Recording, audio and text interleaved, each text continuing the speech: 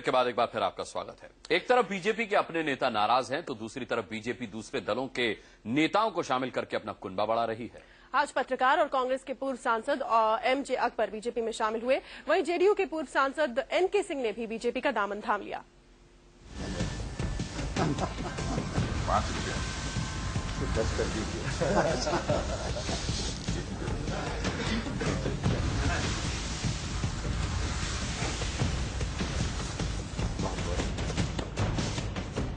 5 रुपए की फीस चुकाते ही एमजे अकबर को बीजेपी में एंट्री मिल गई।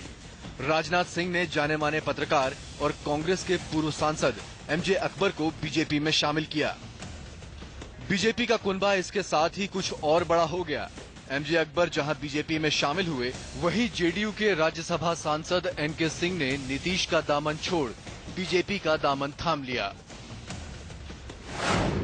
एनके सिंह राजनीतिज्ञ, अर्थशास्त्री और रिटायर्ड आईएएस अधिकारी हैं। वो बिहार से जेडीयू के राज्यसभा सांसद थे।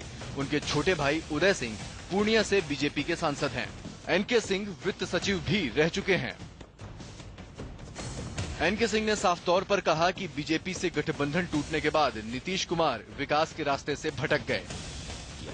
कि एनडीए से अलग होने के बाद जो गवर्नेंस की स्ट्रैटेजी है, वो गवर्नेंस की स्ट्रैटेजी सर्वाइवल सेंट्रिक हो गई, डेवलपमेंट सेंट्रिक को छोड़ दिया। और जेडीयू की जो विशेष यूनिक पॉइंट थी कि वो एक डेवलपमेंट सेंट्रिक सरकार थी, उससे जेडीयू अलग हो गई है।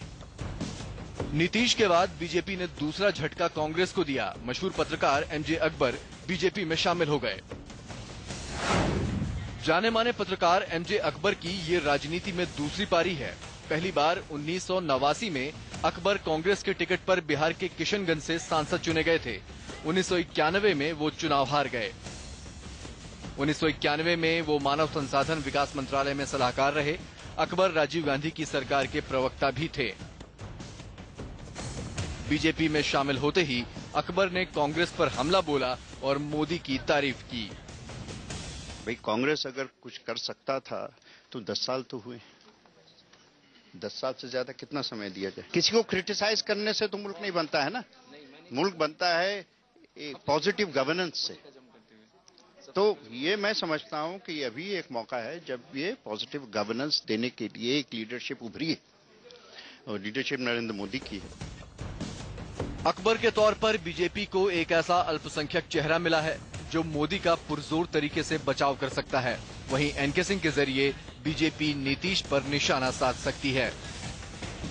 नीतीश से एनके सिंह की दूरी उसी समय साफ हो गई थी जब राज्यसभा के अपने विदाई भाषण में एनके सिंह ने कहा था कि बिहार के विकास का क्रेडिट किसी एक व्यक्ति या पार्टी को नहीं दिया जाना चाहिए।